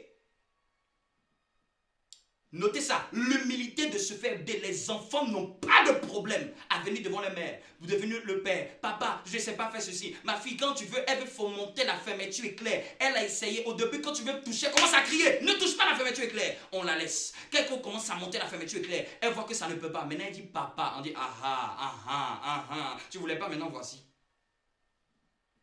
Mais le papa a fait quoi? Je prends la fermeture. Je remonte. Elle veut porter la propre chaussure elle-même. Elle veut porter la propre chaussure elle-même. Elle veut pas qu'on touche. Oui, tu es grand. Il y a certaines choses que tu vas savoir faire toi seul. Mais quand tu ne sais pas faire, tu as essayé. Au lieu de te noyer, demande aux aînés de t'aider. C'est une humilité. L'humilité de laisser se faire aider. Aussi. Là, si tu suis mon mec, je ne fais que bifurquer dans les formes d'humilité. L'humilité aussi de se faire aider. Beaucoup, votre problème, ce n'est pas parce que Dieu ne veut pas le faire. Vous ne voulez pas qu'on vous aide. Vous voulez vous débrouiller vous-même. Mais tu peux te débrouiller toi-même quand tu arrives à régler. Mais tu vois que ça ne règle pas. Après, c'est temps. Aie l'humilité de te faire aider. Je vous dis, il y a des pasteurs qui se noient parce qu'ils ne veulent pas dire à un autre pasteur, j'ai besoin d'aide dans ce problème. Vous savez aussi pourquoi on a beaucoup de pasteurs qui ont des problèmes. Et puis, personne, on a l'impression que il y a personne autour d'eux. Ils n'ont jamais eu l'humilité aussi de se faire aider par un autre pasteur. Tout le monde se prend orgueilleux. Oh, tout le monde s'habille en costume, tout le monde va bien. Mon chien. Il faut avoir quelqu'un que tu peux dire ce qui ne va pas. Oui. Il faut avoir quelqu'un dans ta vie que tu peux dire ce qui ne va pas. Je n'ai pas dit à tout le monde. On ne raconte pas à tout le monde. Même la femme de distinction. Quand ses serviteurs lui ont demandé qu'est-ce qui se passe, elle dit tout va bien. Son mari a demandé, elle dit tout va bien. Mais même le serviteur de l'homme de Dieu a demandé, elle a dit tout va bien. Mais ça, l'homme de Dieu, elle a dit l'enfant est mort. Il y a des gens qui peuvent t'aider. Il faut apprendre à les reconnaître. Il faut avoir l'humilité de t'abaisser et de demander de l'aide. Quelqu'un me comprend? Amen. Je chute avec ces versets. Prenons Philippiens chapitre 2 et à partir du verset 6. Dis avec moi, l'humilité précède la gloire. L'humilité précède la gloire. Est-ce que ça te fait du bien? Est-ce que ça te fait du bien? Est-ce que ça te parle? Est-ce que ça parle à quelqu'un? Ça te parle, dis-moi un bon amen. La baras était. Les kalada baras. Des béris. À partir du verset 6. à partir du verset 6. On va clôturer comme ça. Je lis dans la version Parole de vie, Philippiens chapitre 2, la version Parole de vie. Il dit, lui qui est l'égal de Dieu parce qu'il est Dieu depuis toujours, pourtant cette égalité, il n'a pas cherché à la garder à tout prix. Il n'a pas regardé comme une poire à arracher d'être égal à Dieu. Et ce que ça veut dire au fait, en français terre à terre, il était l'égal de Dieu, Jésus. Et parce qu'il est Dieu depuis toujours. Ça c'est un verset pour dire que Jésus est Dieu depuis toujours. Ce n'est pas un simple prophète ni un homme normal. Jésus c'est Dieu fait chair. Mais il dit pourtant cette égalité, il n'a pas cherché à la garder à tout prix. Il n'a pas cherché à la garder à tout prix. Et c'est ce qu'on avait dit la fois dernière, l'humilité, comment on appelle ça? L'humilité de savoir descendre d'un niveau supérieur à un niveau inférieur. L'humilité de ne pas regarder sa position pour faire ce qui est nécessaire en s'abaissant. Parce qu'à certains, c'est votre position qui vous empêche de faire ce que peut-être Dieu vous demande. Parce que vous regardez votre grandeur. Vous regardez que vous avez déjà grandi. Vous regardez, ah non, je suis une femme. Ah non, maintenant je suis un homme marié. Ah non, maintenant je suis un jeune. Votre problème, c'est parce que vous regardez soit votre âge, vous regardez votre position, vous regardez les honneurs, vous regardez votre responsabilité. Et Dieu vous met à quelque chose, vous trouvez que c'est rabaissant. Amen. Vous regardez votre position et vous trouvez que c'est rabaissant par rapport à votre position. Si c'est quelque chose qui est important, ne regardez pas votre position pour ne pas le faire. L'humilité, c'est aussi apprendre à switcher malgré sa position élevée. Vous me comprenez? Et un des exemples, Jésus qui était Dieu, Jésus a lavé les pieds des disciples. Jésus a lavé les pieds des disciples. Ça n'a pas dérangé. Même Pierre a dit, comment tu vas me laver les pieds? Vous savez, les pieds de quelqu'un, les pieds de quelqu'un. Tu prends ta main, tu laves les pieds. Il faut avoir une humilité. C'est une humilité. Malgré ta position de grandeur. Amen. Amen. La position de grandeur. Verset 7. Mais tout ce qu'il avait, il l'a laissé et s'est fait serviteur. Il est devenu comme des hommes et tous voyaient que c'était un homme de bien. Ça, c'est la version Parole de vie. Dans la version du second, on dit, mais s'est dépouillé lui-même en prenant une forme de serviteur et en devenant semblable aux hommes et ayant paru comme un simple homme. Amen. Et ici, on a vu par exemple une vertu de l'humilité qui était, il dit ayant paru comme un simple homme, ayant paru comme un simple homme, ayant paru comme un simple homme. La version du second, ayant paru comme un simple homme. Et lui-même nous a recommandé, il dit soyez simples comme des colombes. Soyez simples comme des colombes et prudents comme les serpents. Un jour, par la grâce de Dieu, on parlera de la prudence du serpent. Mais aujourd'hui, il dit, soyez simples comme des colombes. Il a paru comme un simple homme. Et j'aimerais dire à quelqu'un, quand on parle de simplicité, la simplicité, c'est quelqu'un qui, dans ses goûts, dans ses choix, n'a pas de prétention. C'est-à-dire qu'il n'a pas d'avidité ou de cupidité derrière. La simplicité, ce n'est pas faire le pauvre. Parce que dans la mentalité francophone, on croit que la simplicité, c'est faire le pauvre. On croit que la simplicité, c'est vouloir les choses médiocres. On croit que la simplicité, parce que tu veux un truc qui est médiocre, donc ça veut dire que tu es simple. Non, tu peux vouloir un truc qui est médiocre, mais tu as une mentalité de pauvre. Amen. Ça, c'est juste parce que tu as encore la mentalité de pauvre. La simplicité, c'est avoir un goût, mais qui est sans prétention. C'est-à-dire, vous voyez la colombe. La colombe, elle a une seule couleur. Mais elle n'est pas complexée de ne pas avoir d'autres couleurs. Elle n'est pas complexée. Avec cette couleur, elle est belle, elle est majestueuse, elle est douce, elle est excellente. Vous me comprenez? Est-ce que vous me comprenez? Parce que souvent dans la mentalité francophone, on croit que quand quelque chose est simple, ça doit être forcément bas.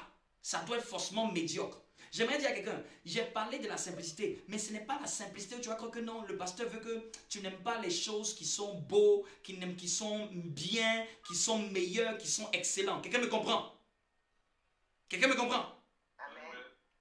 Oui, parce que souvent on pense que, souvent même là, c'est les films qui nous ont donné cette idée. Je me rappelle d'un film, quand on parlait des altruistes, ils étaient habillés comme des pauvres. On parlait des altruistes, ils étaient habillés, ils avaient des vêtements déchirés. Ça, pour moi, ça, c'est pas l'humilité, ça. Ça, c'est l'humilité selon Hollywood. C'est pas l'humilité selon la Bible. Quand vous lisez le Seigneur avait une tunique de fin lin. De fin lin. Va demander le prix du lin. Du fin lin. Les qualités de lin. Il avait une tunique. Et tellement sa tunique était excellente. ils se sont tirés au sort. Vous imaginez, pour qu'on tire au sort la tunique, c'est que c'était une tunique de grande valeur. Mais quand il parle de la simplicité, c'est quelqu'un qui n'est pas complexé. Quelqu'un qui n'a pas de prétention dans ses choix, dans ses goûts. Quelqu'un qui ne cherche pas à vouloir beaucoup de complexité dans ses choix, dans ses goûts, dans ses actes. Amen. Amen. Quelqu'un qui n'a aucune prétention derrière ses actions.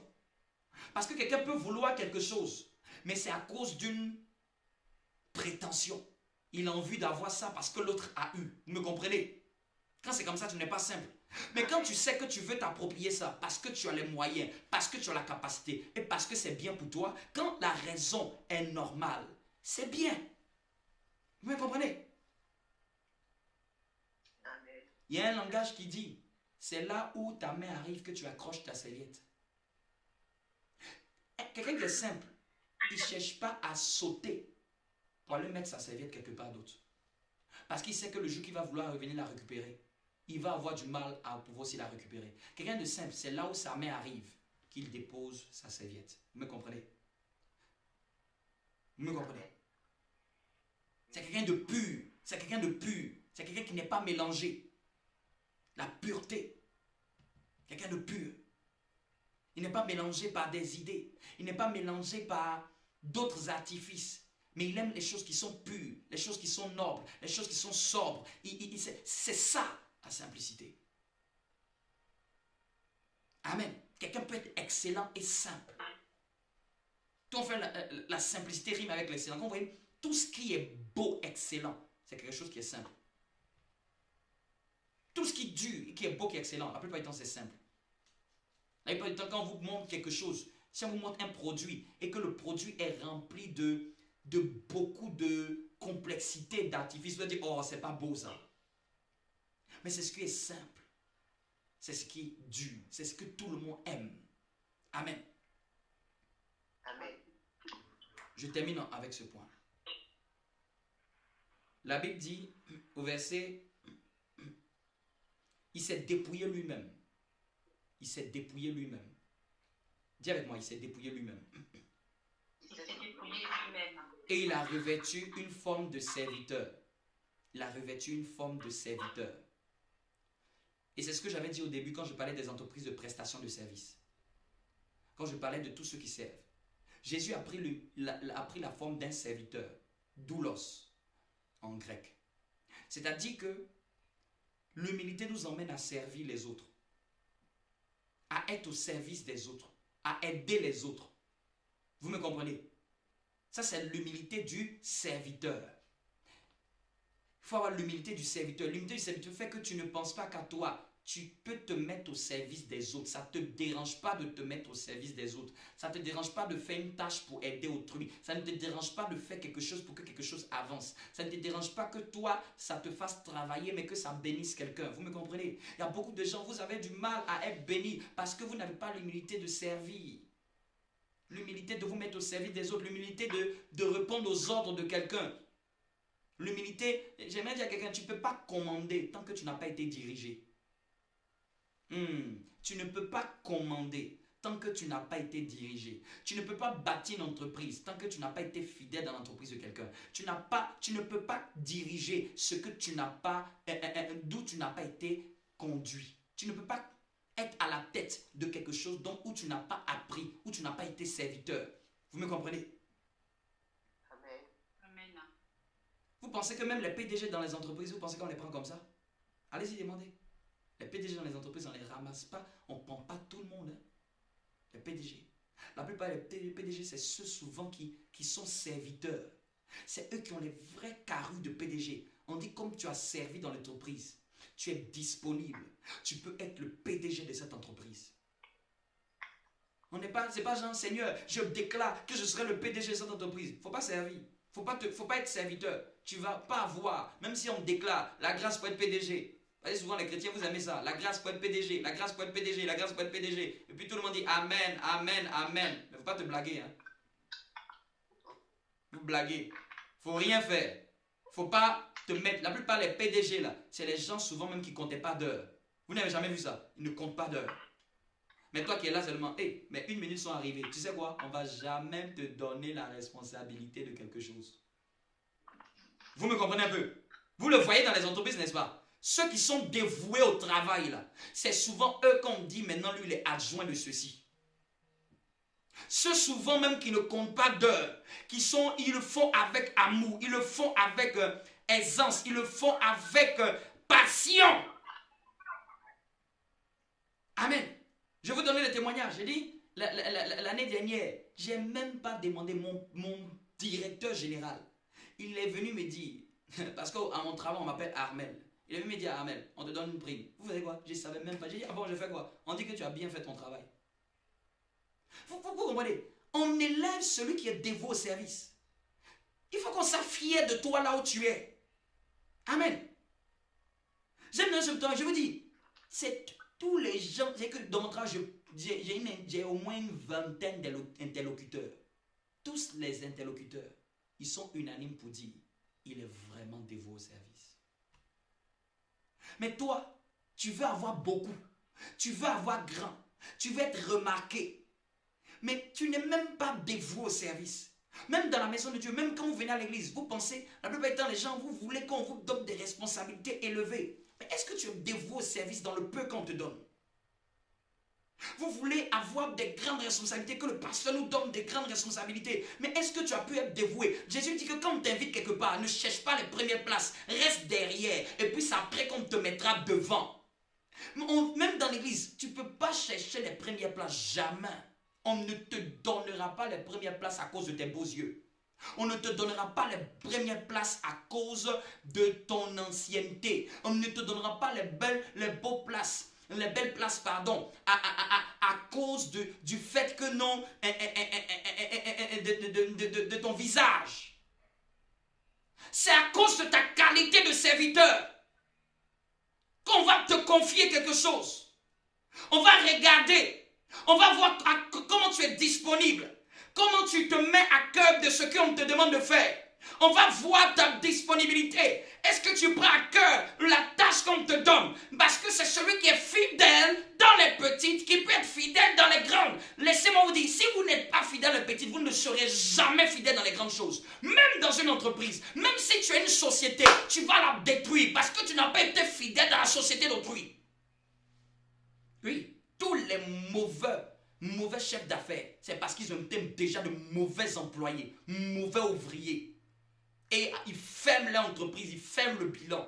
Pas parce qu'ils n'ont pas les meilleures techniques, mais parce qu'ils ont été de mauvais employés, mauvais ouvriers. Ils n'ont pas été serviteurs. Donc la grâce de conduire, là, ils ne l'ont pas. La grâce de diriger ne l'ont pas. Je vous dis, les choses de Dieu, là, on ne les a pas par hasard. On les a parce qu'on a pu valider. Je vous dis, un mauvais premier ministre ne peut pas faire un bon président. J'ai dit, un mauvais premier ministre ne peut pas faire un bon président. Même un mauvais ministre dans un poste de l'État, je vous dis, il est disqualifié. Même s'il donne sa candidature, il est disqualifié. Il n'aura pas la grâce. Avant de viser la grandeur, rassure-toi que tu étais serviteur fidèle au niveau où tu étais. Vous qui aimez sortir des endroits avec toujours de mauvais témoignages, ce n'est pas bon. Vous sortez des entreprises avec de mauvais témoignages. Vous sortez des églises avec de mauvais témoignages. Vous sortez des groupes avec de mauvais témoignages. On ne vous donnera jamais ce qui est à vous. Vous allez errer. Même dans ta famille, sois celui qui sert. Sois celui qui se met au service des autres, qui aide. Tu seras le chef de la famille sans le savoir. Est-ce que je parle à quelqu'un? L'humilité d'être serviteur, même dans ta famille, même dans ton entourage. J'ai dit, c'est celui qui sait qui dirige les autres. C'est celui qui sait qui dirige les autres. Tu veux diriger demain. Tu veux conduire demain. Tu veux être à la tête demain. Tu veux régner demain. Tu veux être gouverné demain. Et ce n'est pas simplement par les impositions de main. C'est par des humilités de service. Souvent, quand on prend le CV, on est en train de dire quoi par ton CV? On veut voir, pourquoi on appelle tes chefs pour demander des questions? Vous pensez c'est pourquoi? On ne cherche pas quelqu'un dans une entreprise parce qu'elle est seulement compétente. Si elle est indisciplinée, on ne va pas la recruter. Si elle est rebelle, on ne va pas la recruter. Si elle est un manque de respect à ses supérieurs, je vous dis, même si tu es compétent, on ne va pas te recruter. Oui, oui. On ne recrute pas seulement la compétence. Le travail, ça s'apprend, on peut t'apprendre. Mais on veut voir, est-ce que tu es motivé? Est-ce que tu es rigoureux? Est-ce que tu es sérieux? Beaucoup, vous n'êtes pas sérieux. Vous n'êtes pas sérieux. Même dans vos relations, vous n'êtes pas sérieux. Vous n'êtes pas sérieux. Quand tu es sérieux, on peut te confier une autre charge. C'est pas seulement je veux. Est-ce que tu es sérieux? Est-ce que tu es sérieux? Est-ce que tu es serviteur? Est-ce qu'on peut compter sur toi? Est-ce que tu es fidèle? Est-ce que tu es fidèle? Est-ce que tu es fidèle? Je connaissais un jeune, il y a des années. Oh, emmène-moi un ordinateur, je vais le vendre en Afrique. Emmène-moi un ordinateur. Je veux vraiment représenter votre entreprise. On lui a donné un test. On dit c'est un test. On lui donne un ordinateur. Il a fait perdre l'ordinateur. On dit toi c'est fini. On ne peut plus te confier autre chose. Tu as été infidèle dans les choses petites. Tu ne peux pas conduire une entreprise. Je vous parle, même vous qui avez des entreprises, vous voyez un employé qui est infidèle dans les petites choses. Sachez que c'est un employé qui ne sera pas fidèle dans les grandes. Il ne peut pas servir au petit niveau. Même vous avez une entreprise, vous n'arrivez pas à faire la petite prestation que vous avez dite. La petite prestation que vous avez dite, vous n'arrivez pas à être fidèle dedans. Vous n'arrivez pas à être fidèle. Il ne faut plus ajouter une autre prestation. Tu vas faire couler ton entreprise. Je parle aux ceux qui veulent faire des entreprises. C'est des secrets. Si tu dis que tu sais faire ça, nous on fait les tampons. Et dans les tampons, tu n'es pas à jour. Tu ne sais pas être fidèle avec les gens dans les tampons que tu fabriques. Il ne faut pas ajouter la calligraphie. La calligraphie va faire couler ton entreprise.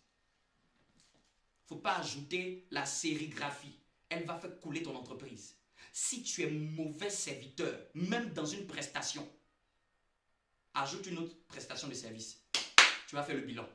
Tu vas déposer le bilan. Est-ce que je parle à quelqu'un? Je vous donne les vraies sagesses. Amen. Les vraies sagesses. Ça suit partout. Et le verset 10. Le dernier verset que je lis avec vous. Le verset 9 et 10. Le verset 9 et 10. Le dernier verset que je lis avec vous. Le verset 9 et 10. Qui dit quoi? C'est pourquoi Dieu l'a souverainement élevé. C'est le verset que tous les chrétiens connaissent. Vous savez pourquoi? Les chrétiens aiment la gloire, mais ne veulent pas le chemin de la gloire. Quand on dit c'est pourquoi, c'est-à-dire que par rapport à tout ce qui a été cité avant, tout ce qui a été cité avant, il s'est devenu comme un simple homme. Il s'est dépouillé. Il s'est humilié jusqu'à la mort. Tout ça, c'est pour cela que Dieu va l'élever. Vous me comprenez maintenant? Vous savez, tous les chrétiens connaissent le verset 9. C'est pourquoi Dieu l'a souverainement élevé au-dessus de tout nom, afin qu'au nom de Jésus, tout le monde aime ça, la partie d'élévation. Mais on dit, si tu veux l'élévation, il faut connaître quel est le secret de Jésus, de son élévation. Jésus s'est dépouillé. Jésus s'est abaissé. Jésus s'est fait serviteur. Jésus s'est rendu obéissant. Obéissant jusqu'à la mort.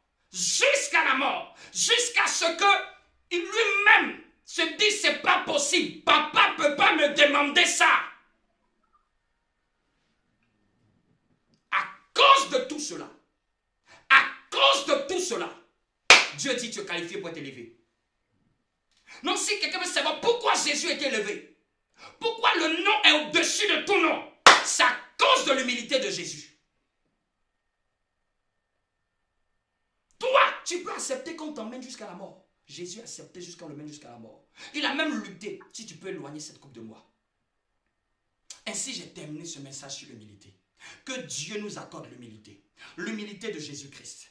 Commence à lever la main, commence à prier avec moi. Nous sommes à la fin de ce message. Que Dieu nous accorde l'humilité de Jésus-Christ. Que Dieu nous accorde ce cœur humble. Que Dieu nous accorde ce cœur de serviteur. Que Dieu, moi-même, ayant prêché, je ne veux pas être disqualifié. Seigneur, donne-moi même le cœur d'humilité. Donne-moi le cœur de serviteur. Donne-moi l'humilité d'apprendre. Donne-moi l'humilité de m'abaisser. Donne-moi l'humilité, oh oui, Seigneur Dieu de gloire, de demander de l'aide quand j'ai besoin. Donne-moi l'humilité, Seigneur Dieu de gloire, dont j'ai besoin pour passer à la prochaine dimension. L'humilité de te chercher. L'humilité de m'abaisser devant toi. L'humilité de m'humilier devant toi. Hélène la voix commence à faire cette prière. Demande cette humilité au Seigneur. Demande cette humilité au Seigneur. Demande cette humilité au Seigneur. Demande cette humilité au Seigneur. Demande cette humilité au Seigneur. Demande au Seigneur cette humilité. Cette humilité. Cette humilité.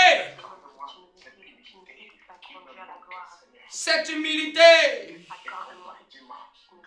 Accorde-nous cette humilité.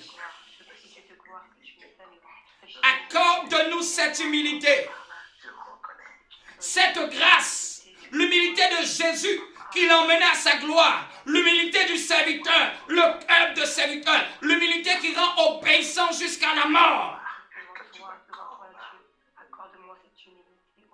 L'humilité qui donne d'être simple, l'humilité qui donne de pardonner, l'humilité qui donne de voir d'abord nous-mêmes nos propres erreurs. Accorde-nous cette humilité.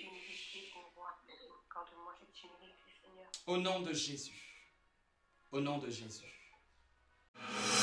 No, no, I get up. No, no, no, no, I get up. No, no, can't deny.